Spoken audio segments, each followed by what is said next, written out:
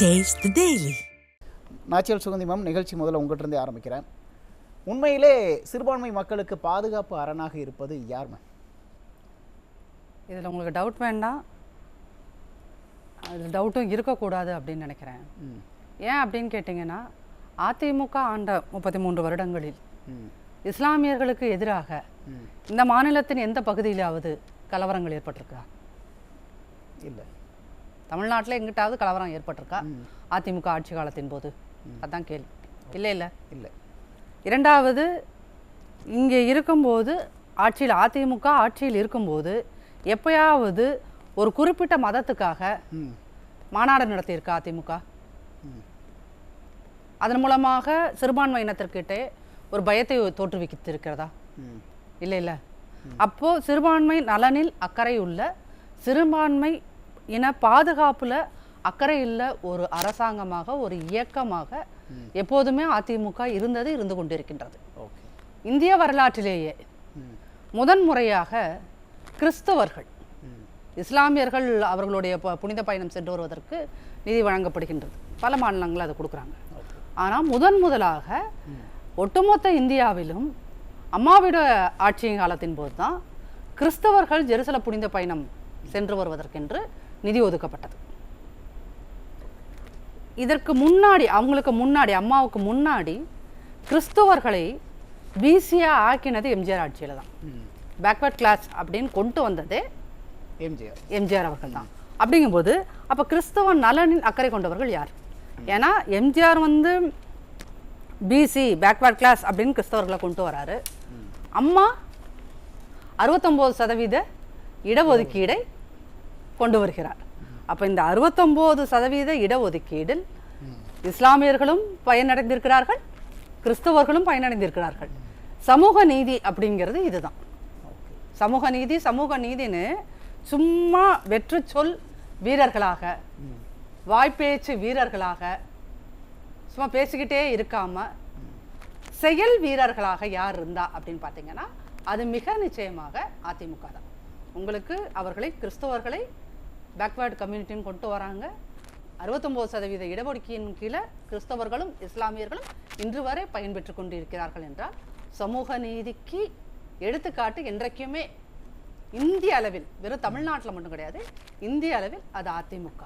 ரெண்டாவது, நீங்கள் இந்த நிகழ்ச்சியை பார்த்து கொண்டிருக்கின்ற அனைத்து தரப்பு மக்களும் புரிந்து கொள்ள வேண்டிய ஒரு விஷயம் என்ன அப்படின்னீங்கன்னா, அதிமுக ஆழ்கின்ற போதெல்லாம் உங்களுக்கு இஸ்லாமியர்களுக்கோ அல்லது கிறிஸ்தவர்களுக்கோ வேறு எந்த சிறுபான்மை மதத்திற்கோ ஒரு அச்சம் ஏற்பட்டதே கிடையாது. ஏன் அப்படின்னீங்கன்னா, காவல்துறை முழுக்க கட்டுப்பாட்டில் இருக்கும்.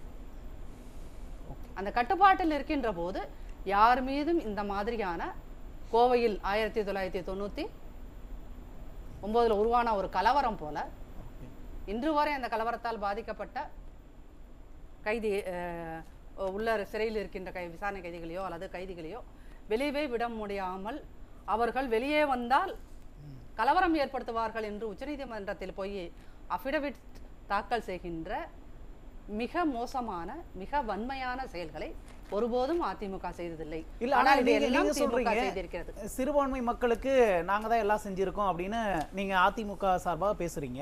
ஆனா திமுக என்ன சொல்றாங்கன்னா, சிறுபான்மை மக்களுக்கு நாங்க தான் பாதுகாப்பு அரண், நாங்க தான் அவங்களோட நலன்ல மிகுந்த அக்கறை கொண்டவர்களாக இருக்கோம் அப்படின்னு மேடைக்கு மேடை பேசுறாங்க.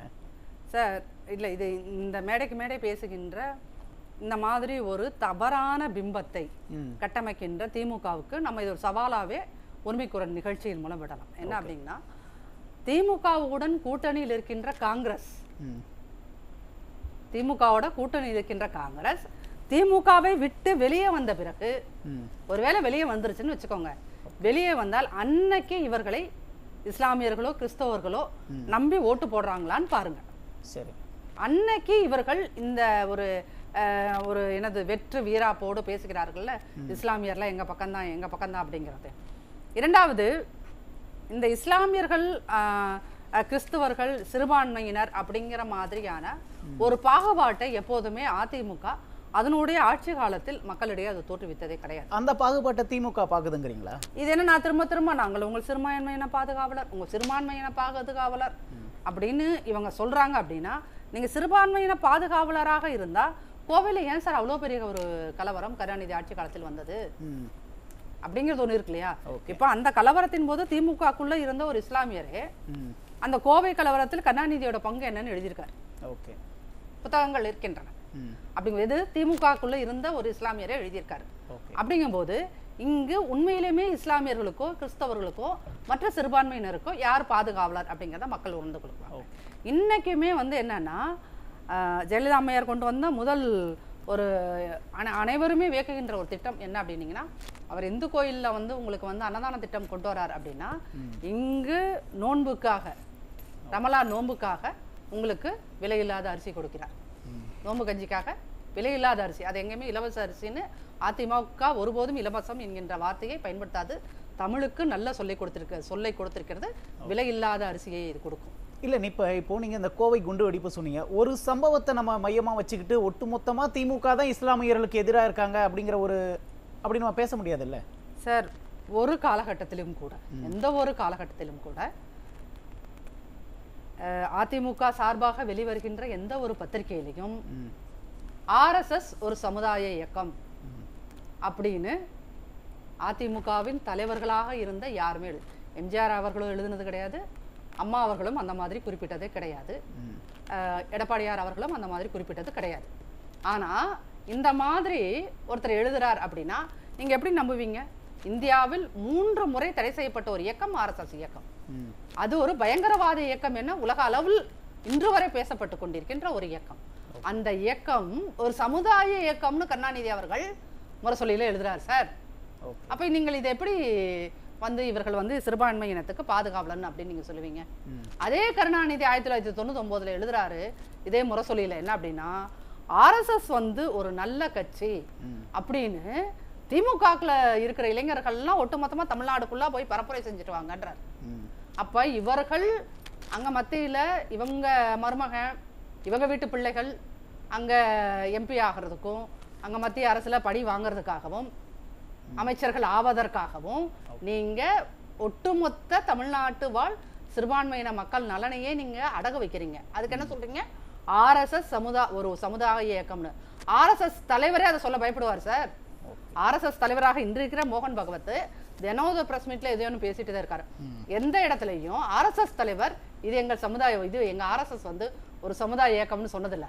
ஆனா கருணாநிதி தன்னுடைய சுய தேவைக்காக தன் குடும்பத்தின் நலனுக்காக ஆர்எஸ்எஸ் ஒரு சமுதாய இயக்கம்னு எழுதுறாரு. அப்படின்னா இவர்கள் எப்படி சிறுபான்மையின மக்களாக இருக்க முடியும்? இன்னைக்கு கூட வந்து முதல்வர் வந்து கிறிஸ்தவர்களுக்கு நிதி கொடுக்கிறார். அந்த நிதியை உருவாக்கியது யாரு? அது அதிமுக காலத்தில் அம்மா காலத்தில் உருவாக்கப்பட்ட சிஸ்டம். அது பயணம் போறவங்களுக்கு நீங்க வந்து இப்ப அது 37,000 ரூபாய் இருக்குதுன்னா அதுவும் போன முறை அதிமுக ஆட்சி காலத்தில் உயர்த்தப்பட்டதா 28,000 இருந்து 37,000 வரைக்கும் அது உயர்த்தி கொடுத்துருக்கோம். அப்ப இந்த நிதி கொடுக்கறதாக இருந்தாலும் சரி, நோன்பு கஞ்சிக்காக விலையில்லாத அரிசி கொடுக்கறதா இருந்தாலும் சரி, இந்த மாதிரி நல உதவி திட்டங்கள் இல்லாம எல்லா ஊர்லயும் இருக்கின்ற மசூதிகளை அம்மா ஆட்சியின் போது ஒரு ஜீவோ போடுறாங்க. என்ன அப்படின்னீங்கன்னா, உங்க ஊர்ல இருக்கிற மசூதிகளை அந்தந்த எம்எல்ஏஸ் அவங்களோட தொகுதி நிதி இருக்கு இல்லையா, வளர்ச்சி நிதி, அந்த வளர்ச்சி நிதியிலிருந்து பணத்தை எடுத்து நீங்க உங்க பகுதி மசூதிக்கு அதை புனரமைப்பு செய்யறதுக்கு செலவு பண்ணலாங்கிறது ஜீவோவை வெளியே வந்து. அப்படிங்கும்போது இங்கு இஸ்லாமிய நலனுக்காகவும் கிறிஸ்தவர்கள் நலனுக்காகவும் பாதுகாக்கப்பட்ட ஒரு அமைப்பாக ஒரு இயக்கமாக ஒட்டுமொத்த மக்களோட டெவலப்மெண்ட்டுக்காகவும் சோசியல் டெவலப்மெண்ட்டுக்காகவும் பொலிட்டிக்கல் எம்பவர்மெண்ட்டுக்காகவும் உழைத்த ஒரு இயக்கம் அப்படின்னா இந்திய அளவில் அது இன்று வரை அதிமுக தான். அப்படிங்கிறது யாருமே மறக்க முடியாது. புரியுது மேம். இப்ப திமுக ஒரு பிம்பத்தை கிரியேட் பண்றாங்க அப்படின்னு நீங்க சொல்றீங்க. நாங்க தான் சிறுபான்மையினருக்கு பாதுகாவலர் அப்படிங்கிற ஒரு பிம்பத்தை கிரியேட் பண்றாங்கன்னு சொல்றீங்களே, என்ன தேவை இருக்கு சார்? என்னன்னா அவர்களை சிறுபான்மையினர் நம்பல. ஓகே, அதுக்காக தான் நான் சொன்னேன், காங்கிரஸ் அவங்களை விட்டு வெளியே வந்தா எத்தனை சிறுபான்மையினர் அவர்களுக்கு ஓட்டு போடுறாங்க அப்படிங்கிறத பாருங்க. அதுவும் குறிப்பாக கோவை கலவரத்துக்கு பிறகு கருணாநிதி அவர்கள் உயிரோடு இருந்த வரைக்கும் அவரை யாரும் நம்புறதா இல்லை.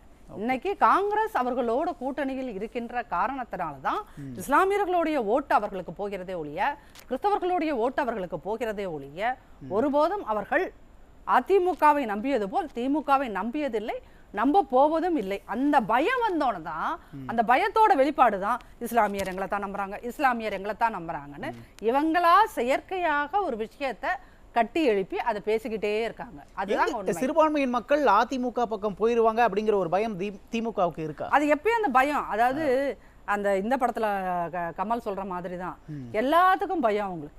ஓகே, பெண்களோட ஓட்டு அதிமுகவுக்கு வந்துடக்கூடாது, அதெல்லாம் 1000 ரூபாய் உரிமை தொகை, அதில் ஏகப்பட்ட குளறுபடிகள் அப்படின்னு ஒவ்வொரு விஷயத்துக்கு எதுக்கெல்லாம் அவங்க பயப்படுறாங்களோ பயப்படும் போது தான் அவங்க சத்தமாக பேச ஆரம்பிக்கிறாங்க. என்னென்னு, நாங்கள் பெண்களுக்கு பாதுகாப்பு நாங்கள் தான் அப்படிம்பாங்க.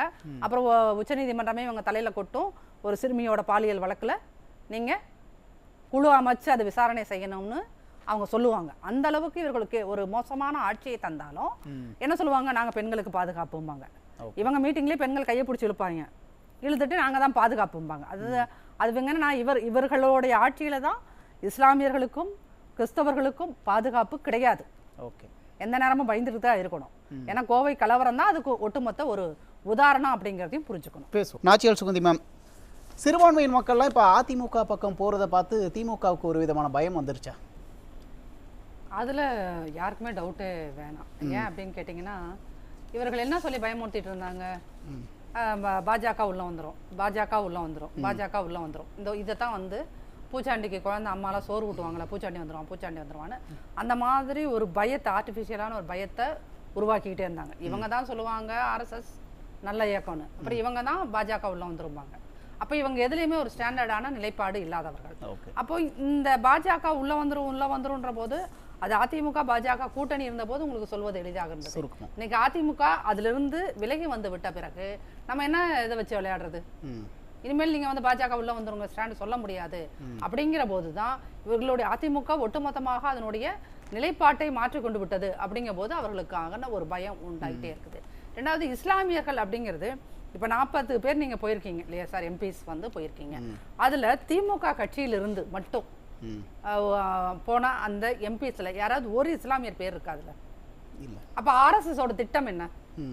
இஸ்லாமியர்கள் நாடாளுமன்ற உறுப்பினர்களாக அது லோக்சபாக்கோ ராஜ்யசபாக்கோ வரக்கூடாது அப்படிங்கிறது தான் ஆர்எஸ்எஸ் ஓட அந்த இந்துத்துவ கொள்கையோட திட்டம். அப்ப அந்த ஆர்எஸ்எஸ் இந்துத்துவ கொள்கைக்கு யாரு துணை போகிறார்கள் அப்படின்னு பாத்தீங்கன்னா திமுக தான் துணை போகுது. திமுக இருக்குன்னு சொல்றீங்களா? அதனாலதான் இவர்கள் முருகருக்கு மாநாடு நடத்துறார்கள். மதச்சார்பின்மை கொள்கையிலிருந்து விலகி, அரசியலமைப்பு சட்டத்தையே மதிக்காம அதிலிருந்து விலகி இவர்கள் இந்த மாதிரி மத சார்புடைய ஒரு விழாவை நடத்துறாங்க அப்படின்னா இவர்கள் இஸ்லாமியர்களுக்கு மட்டும் ஒட்டுமொத்த சிறுபான்மை இனத்துக்கும் எதிரானவர்கள். திமுக எப்பயுமே எதிரானவர்கள் தான்.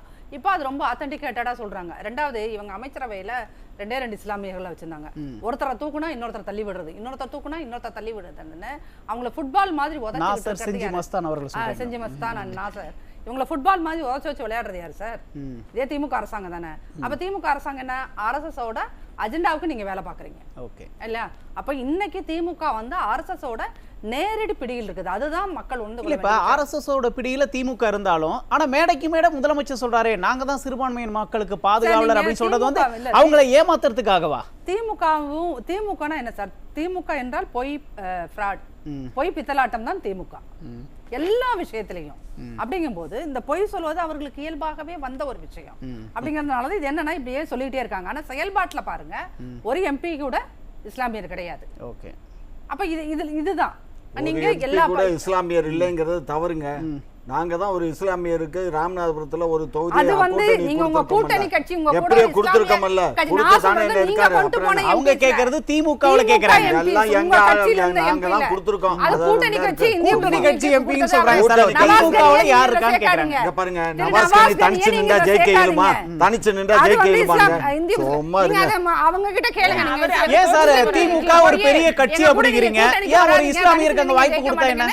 நீங்க அங்க சொல்லுங்க. நாங்க இஸ்லாமியர், நாங்க தேர்தல் வாக்கு தான் நடத்துறோமே தவிர தேர்தல்ல யாரை நிப்பாட்டினா வெற்றி பெற முடியுமோ அப்படித்தான் நாங்க பாப்போமே தவிர வேற வழியை கடைபிடிக்க இயலாது. பட்டியலினம் எங்களுடைய சப்போர்ட்ல தான், விசிகே திருமாவளவன் எங்க சப்போர்ட்ல தான் ஜெயிக்க முடியும். இஸ்லாமியர்களாக இருந்தாலும் அவர்கள் எங்க சப்போர்ட்ல தான் ஜெயிக்க முடியும்.